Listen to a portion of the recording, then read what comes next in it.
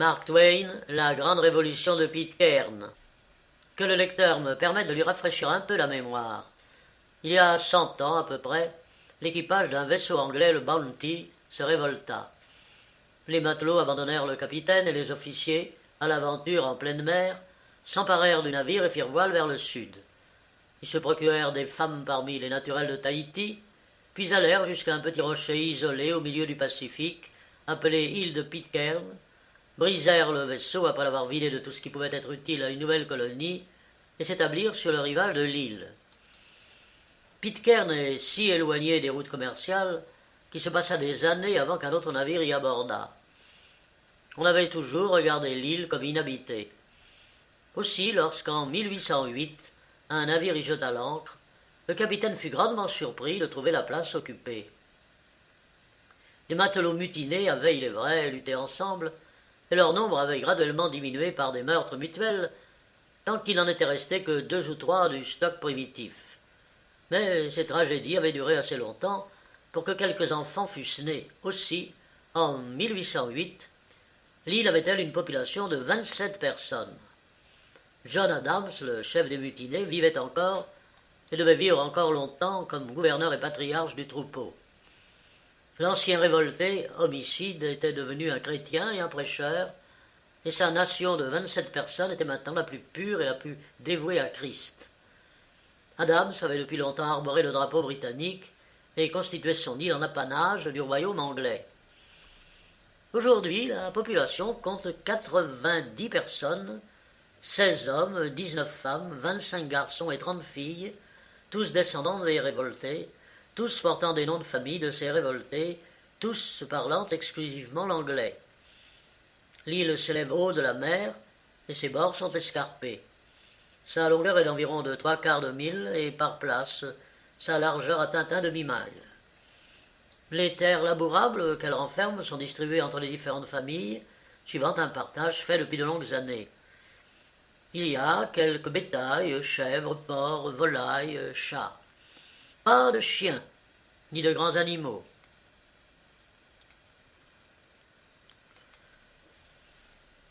Il y a une église dont les constructions servent aussi de capitole, de maison d'école et de bibliothèque publique.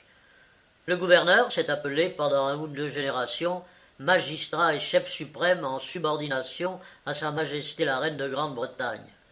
Il avait la charge de faire les lois et de les exécuter. Ses fonctions étaient électives. À 17 ans révolus, tout le monde était électeur, sans distinction de sexe.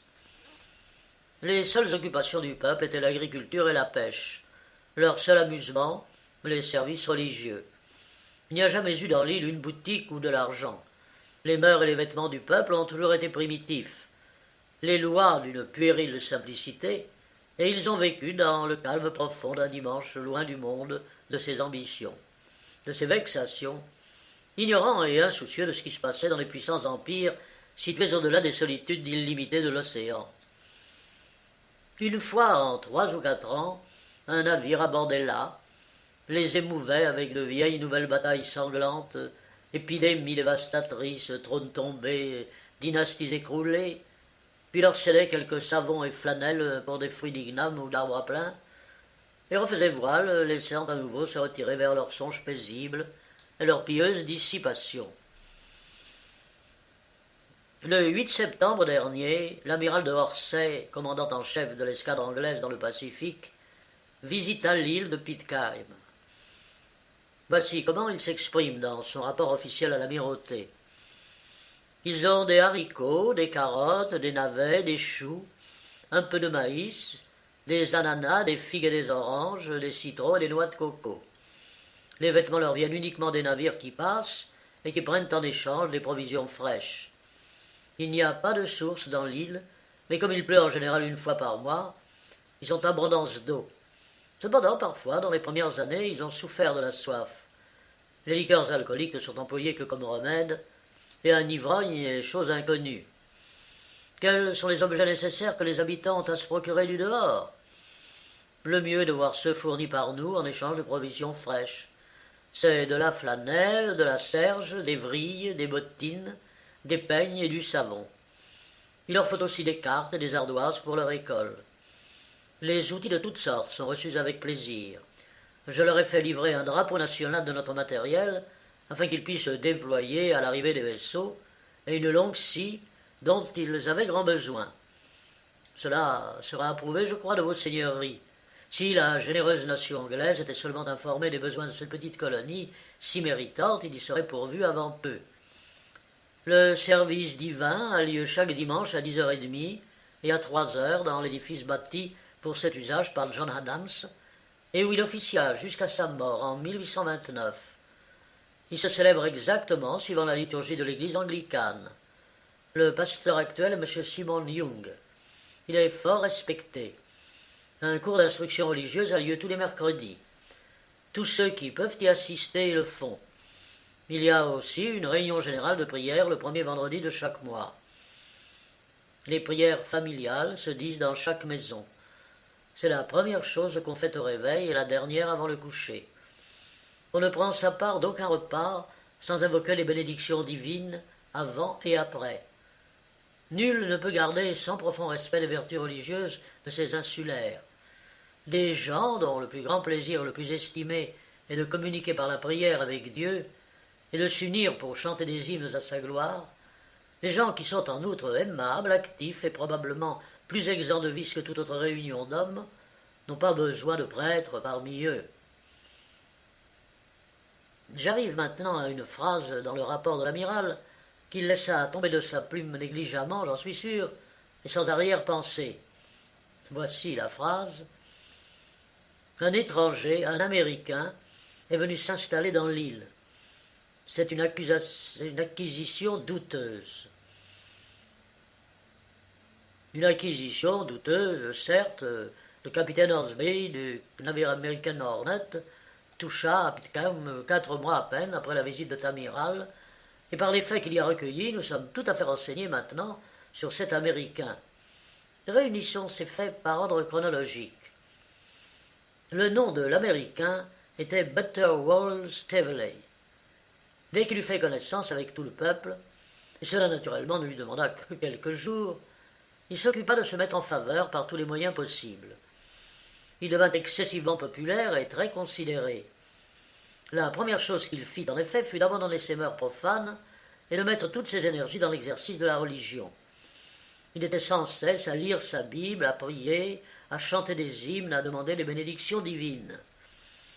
Pour la première prière, nul n'avait plus de facilité que lui. Personne ne pouvait prier aussi longtemps et aussi bien. Enfin, quand il pensa que son projet était mûr, il commença à semer secrètement des germes de mécontentement parmi le peuple. Son dessein caché était dès le début de renverser le gouvernement, mais il le garda pour lui comme il convenait pendant quelque temps. Il usa de moyens divers avec les différents individus. Il éveilla le mécontentement de certains en appelant leur attention sur la brièveté des offices le dimanche. Il prétendit que chaque dimanche on dut avoir 3 offices de 3 heures chacun au lieu de 2. Beaucoup de gens en secret avaient eu la même idée auparavant. Ils formèrent dès lors un parti occulte pour le triomphe de ce projet. Il démontra à certaines des femmes qu'on ne leur accordait pas assez de voix aux prières dans les réunions. Ainsi se forma un autre parti. Aucune arme ne lui échappait. Il alla même jusqu'aux enfants, éveillant dans leur cœur une amertume, parce que, trouva-t-il pour eux, l'école du dimanche était trop courte. Cela fit un 3e parti. Dès lors, chef de ces 3 partis, il se trouva maître de la situation et put songer à la suite de son plan. Il ne s'agissait de rien moins que de la mise en accusation du premier magistrat, James Russell Nicoy, homme remarquable par son caractère et son talent, fort riche, car il possédait une maison pourvue d'un salon, 3 acres et demi de terrain plantés d'ignames, et le seul bateau de l'île, une baleinière. Malheureusement, un prétexte d'accusation se présenta juste au même moment. Une des lois les plus vieilles et les plus sacrées de l'île était celle sur la violation de propriété. On la tenait en grand respect. C'était le palladium des libertés populaires. Quelque 30 ans auparavant, un débat fort grave qui tombait sous cette loi s'était présenté devant la cour. Il s'agissait d'un poulet appartenant à Elizabeth Young, alors âgée de 58 ans, fille de John Mills, un des révoltés du Bounty. Le poulet passa sur des terres appartenant à Jeudi Octobre Christian, âgé de 29 ans, petit-fils de Fletcher Christian, un des révoltés. Christian tua le poulet. D'après la loi, Christian pouvait garder le poulet ou, à son choix, rendre sa dépouille mortelle au propriétaire et recevoir en nature des dommages intérêts en accord avec le dégât et le tort à lui causé par l'envahisseur. Le rapport de la Cour établissait que le susdit Christian délivra la susdite dépouille mortelle à la susdite Elizabeth Young et demanda un boisseau d'igname en réparation de dommages causés. Mais Elizabeth Young trouva la demande exorbitante. Les parties ne purent s'accorder et Christian poursuivit. Il perdit son procès en première instance. Du moins, on ne lui accorda qu'un demi-boisseau d'igname, ce qu'il regarda comme insuffisant et comme un échec. Il fit appel. Le procès traîna des années devant les tribunaux de divers degrés, avec des jugements successifs confirmant toujours le premier. L'affaire vint enfin devant la Cour suprême, où elle s'arrêta 20 ans. Mais l'été dernier, la Cour suprême elle-même se décida à prononcer son verdict, et le premier jugement fut confirmé une fois de plus. Christian se déclara satisfait, mais Stanley était présent, et lui parlant à voix basse, ainsi qu'à son avocat, lui suggéra, comme une simple question de forme, de demander que l'on produisît le texte de la loi, pour que l'on fût sûr qu'elle existait. Cette idée parut bizarre, mais ingénieuse. La demande fut adressée. On envoya un exprès à la demeure du magistrat. Il revint aussitôt pour annoncer que le texte de loi avait disparu des archives. La Cour annula son jugement, comme ayant été prononcé d'après une loi qui n'avait pas d'existence actuelle. Il s'ensuit une vive et subite émotion. La nouvelle se répandit par toute l'île que le palladium des libertés populaires était perdu, peut-être détruit traîtreusement. Dans l'espace d'une heure, presque toute la nation se trouvait réunie dans le prétoire, c'est-à-dire l'église. Le renversement du magistrat suprême suivit la motion de Staveley. L'accusé supporta son infortune avec la dignité qu'il fallait. Il ne plaida ni ne discuta. Il dit simplement pour sa défense qu'il n'était pour rien dans la perte du texte de loi, qu'il avait constamment gardé les archives publiques dans la même caisse à bougies qui avait servi depuis l'origine à cet usage, et qu'il était innocent de l'enlèvement ou de la destruction du document perdu. Mais rien ne put le sauver.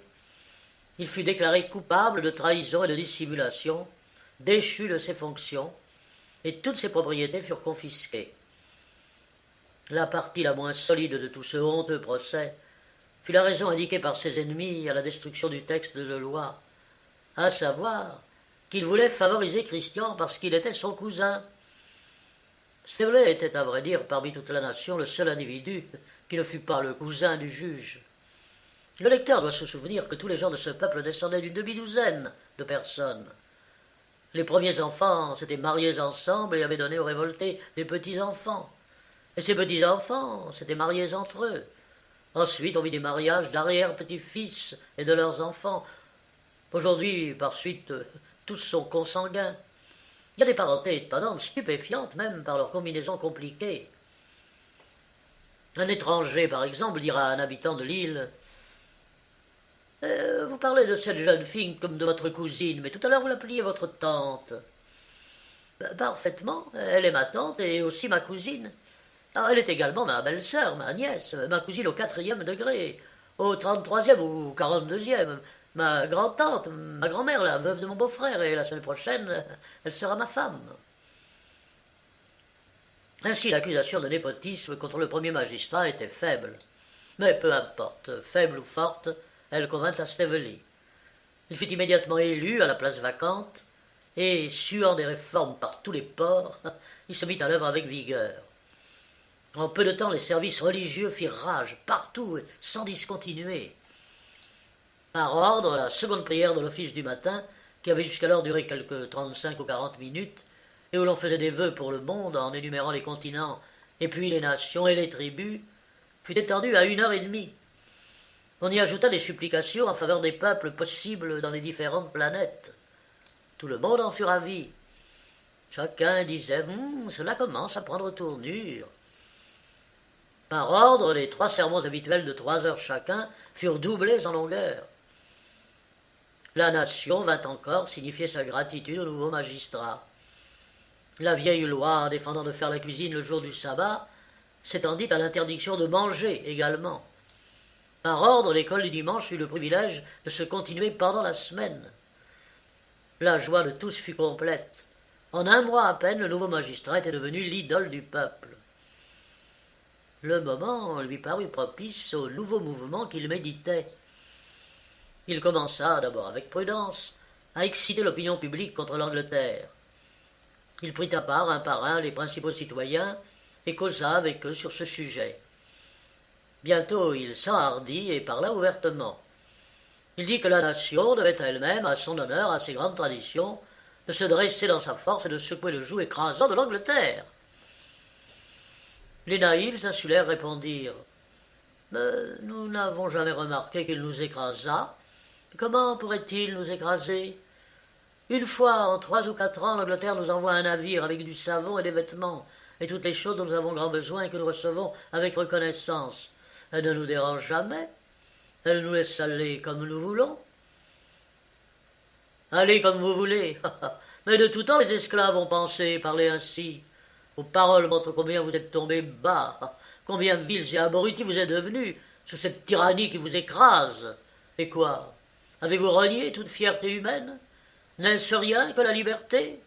Êtes-vous satisfait de n'être qu'une dépendance d'une souveraineté étrangère et odieuse, alors que vous pourriez vous lever et prendre votre juste place dans l'auguste famille des nations?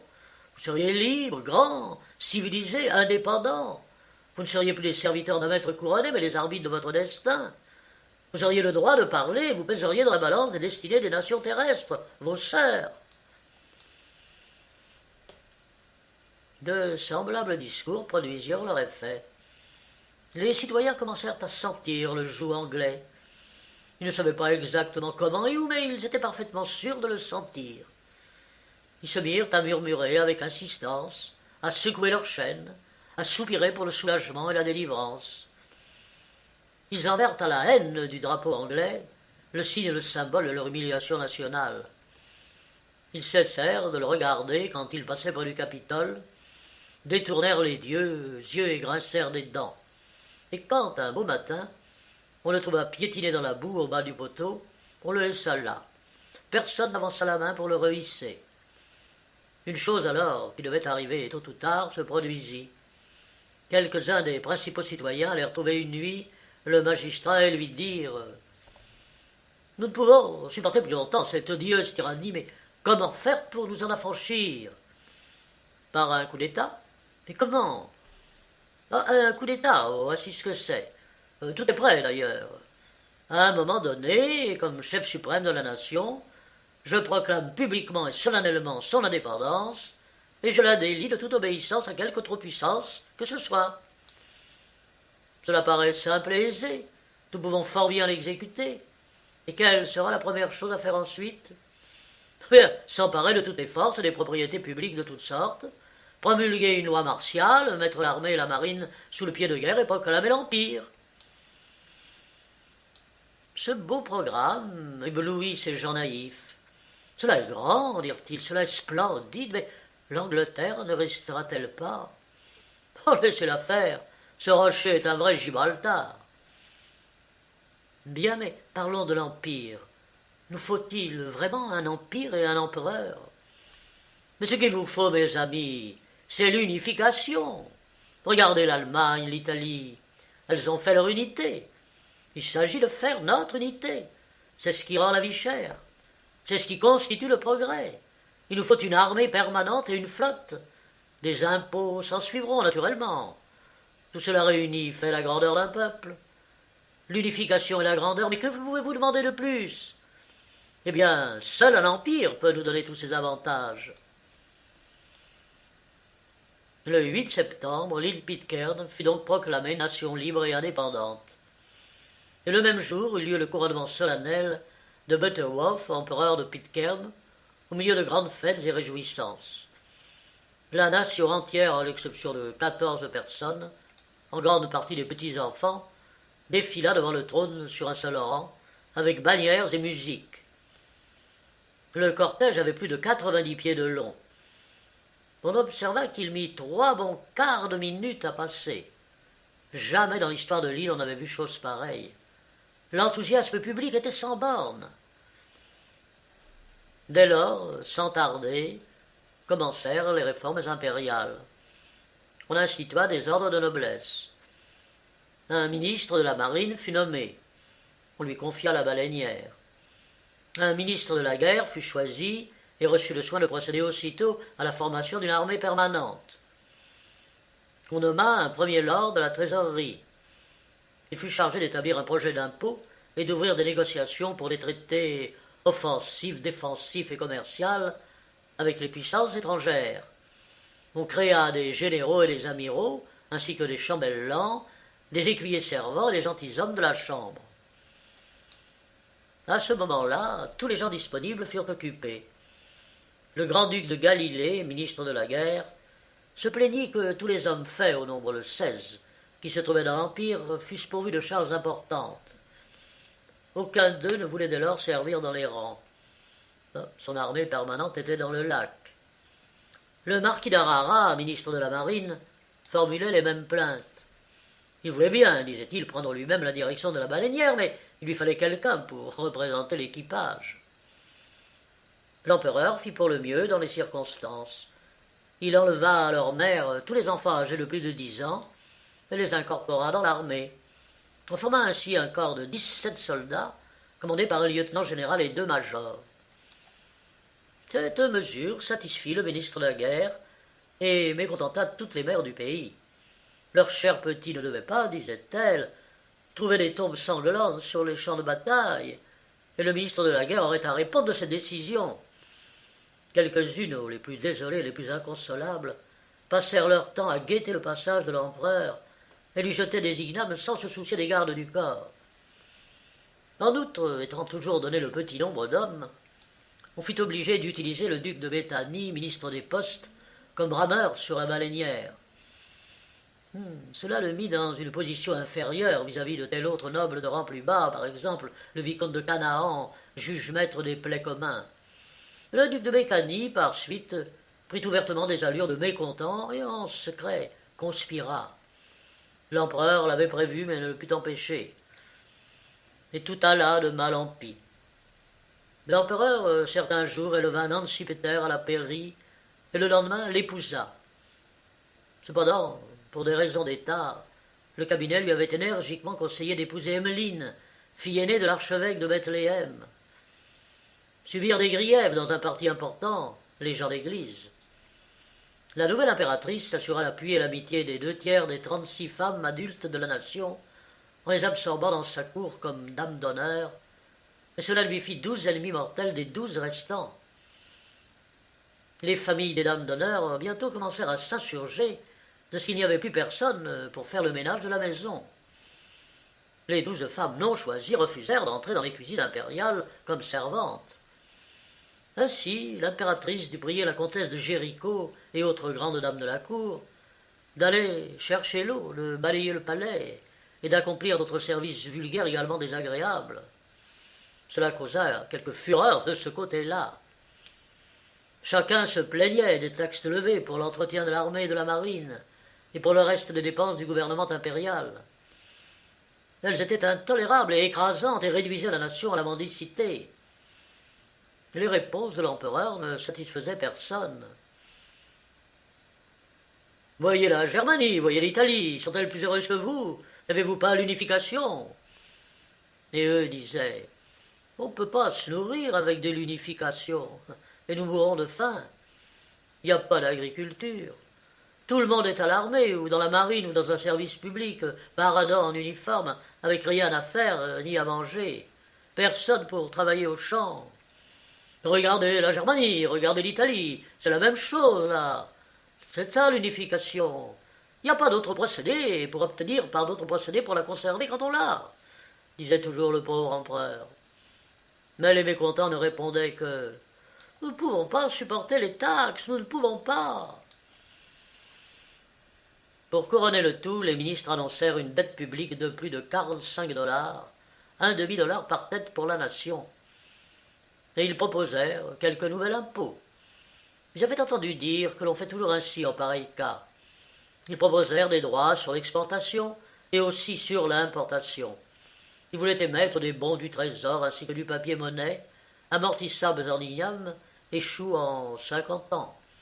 Il y avait un fort arriéré dans le paiement des dépenses de l'armée, de la marine et des autres administrations. Il fallait prendre des mesures, et des mesures immédiates, si l'on voulait éviter une banqueroute nationale et peut-être l'insurrection et la révolution.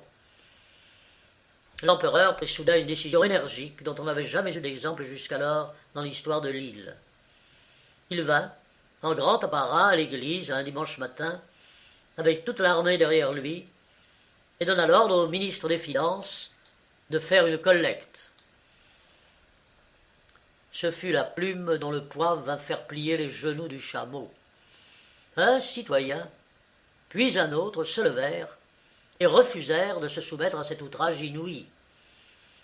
Chaque refus entraîna la confiscation immédiate des biens des mécontents. Ce procédé énergique vint à bout des résistances, et la collecte se fit au milieu d'un silence morne et menaçant. En se retirant avec les troupes, « Je vous apprendrai qui est le maître ici, » dit l'empereur. Quelques personnes crièrent « À bas l'unification !» Elles furent aussitôt arrêtées et arrachées les bras de leurs amis en larmes par la soldatesque. Dans l'intervalle, comme il était facile à quelque prophète que ce fût de le prévoir, un socialiste démocrate était né. Comme l'empereur, devant la porte de l'église, montait dans sa brouette impériale toute dorée, le socialiste démocrate lui porta 15 ou 16 coups de harpon, malheureusement avec une maladresse si particulièrement socialo-démocratique qui ne lui fit aucun mal. Cette nuit même, la révolution éclata. La nation tout entière se leva comme un seul homme, bien que 49 des révolutionnaires fussent du sexe féminin. Les soldats d'infanterie mirent bas leurs fourches, l'artillerie jeta ses noix de coco, la marine se révolta. L'empereur fut pris et enfermé pieds et poings liés dans son palais. Il était fort déprimé. « Je vous ai délivré, leur dit-il, d'une odieuse tyrannie. Je vous ai fait sortir de votre avilissement, et j'ai fait de vous une nation parmi les nations. Je vous ai donné un gouvernement fort, compact, centralisé, mieux encore, je vous ai donné le plus grand de tous les biens, l'unification. J'ai fait tout cela, et pour récompense, j'ai la haine, l'insulte et des fers. Prenez-moi, faites de moi ce que vous voudrez. Je renonce ici à ma couronne et à toutes mes dignités. Et c'est avec joie que je m'affranchis de leur fardeau, trop pesant. Pour votre bien, j'ai pris le pouvoir, je l'abandonne pour votre bien. Les joyaux de la couronne impériale sont tombés. Vous pouvez fouler aux pieds la monture qui ne sert plus. » D'un commun accord, le peuple condamna l'ex-empereur ainsi que le socialiste démocrate à l'exclusion perpétuelle des services religieux ou aux travaux forcés à perpétuité comme galériens sur la baleinière, à leur choix.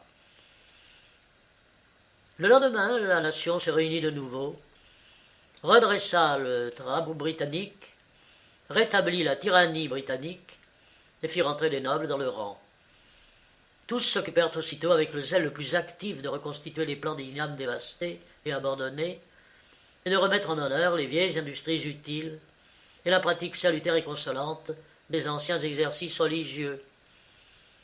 L'ex-empereur rendit le texte égaré de la loi sur la violation de propriété, expliquant, oui, qu'il l'avait dérobé non pour faire quelque tort à qui que ce fût, mais pour servir ses projets politiques. Le peuple, en conséquence, rétablit l'ancien magistrat dans ses fonctions et lui rendit ses biens confisqués.